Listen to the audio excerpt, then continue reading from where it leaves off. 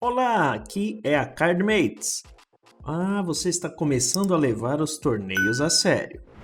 Aí você dedica bastante tempo ao estudo de teoria, análise de mãos. Mas você continua se perguntando a mesma coisa. Quando eu devo fazer o buy-in para um torneio? Eu devo sempre pré-registrar, registrar o mais tarde possível ou algo ali entre os dois? O mundo dos torneios de poker online pode ser bastante assustador nos dias de hoje. Existem tantas estruturas de torneio diferentes para se familiarizar: knockouts progressivos, freeze-outs, turbos, hyper-turbos, etc. Além disso, quase todos os sites permitem um registro tardio, em alguns casos até um grau cômico. Um salve para o ACR. Portanto, você não precisa apenas se preocupar com a sua estratégia na mesa, mas também deve considerar primeiro em que momento se sentar à mesa. Nesse vídeo nós vamos cobrir: número 1. O que considerar antes de se registrar em qualquer torneio. Número 2. Quão tarde é tarde demais para se registrar? Número 3. A ocasião para um registro tardio perto do dinheiro. E número 4. Conselhos da Cardmates. Vamos começar! O que considerar antes de registrar-se em qualquer torneio? Estes são alguns dos fatores mais importantes que você deve considerar ao decidir quando você vai se registrar para um torneio. Retorno do investimento, ROI. A primeira coisa que você precisa considerar é o seu ROI. Quanto menor o ROI que você tem, que é determinado pela sua habilidade, mais buy-ins você deve ter em seu bankroll e mais cedo você deve se registrar. A razão para isso é porque a sua vantagem sobre o field é maior no início do torneio. Você quer se registrar com antecedência para jogar o máximo de tempo possível quando tiver uma vantagem. Concorrência. Os jogadores recreativos geralmente se registram mais cedo para os torneios do que os regulares. Isso significa que, ao se registrar cedo, você geralmente consegue jogar poker com stacks maiores contra jogadores piores em média. Quanto mais tarde você se registrar, mais forte será o field, porque muitos dos jogadores mais fracos já terão sido eliminados. Portanto, o registro antecipado permite que você jogue contra concorrentes mais fracos, o que é importante se o seu ROI não for particularmente alto. Variância. Quanto mais tarde você se registrar em um torneio, menor será o ROI que você terá, o que resulta numa variância maior. Isso significa que você precisará de um saldo de bankroll maior. Por exemplo, um bankroll confortável para torneios de $11 é de $1.500 a $3.000.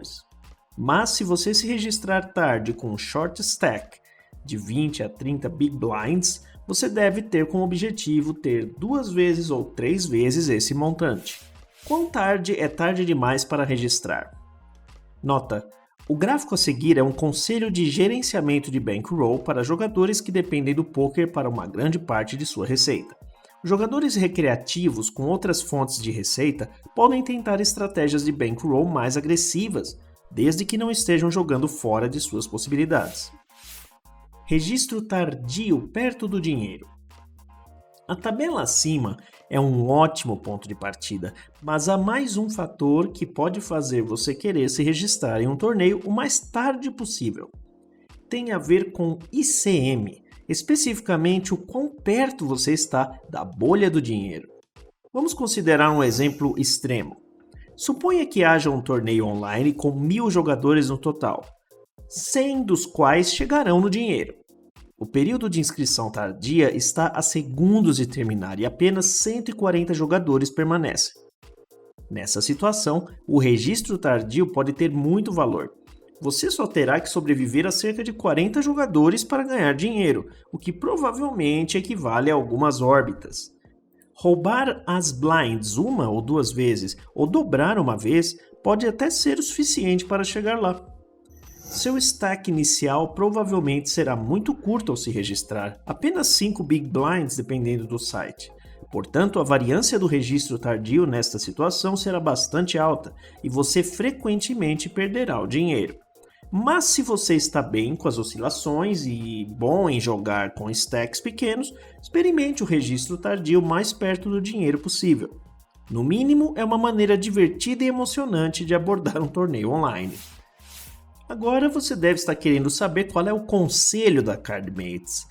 Bom, depende do seu ROI e do seu bankroll. Quanto mais baixo for o seu ROI em qualquer multi-table, mais buy-ins você deve ter em seu bankroll para esse multi-table.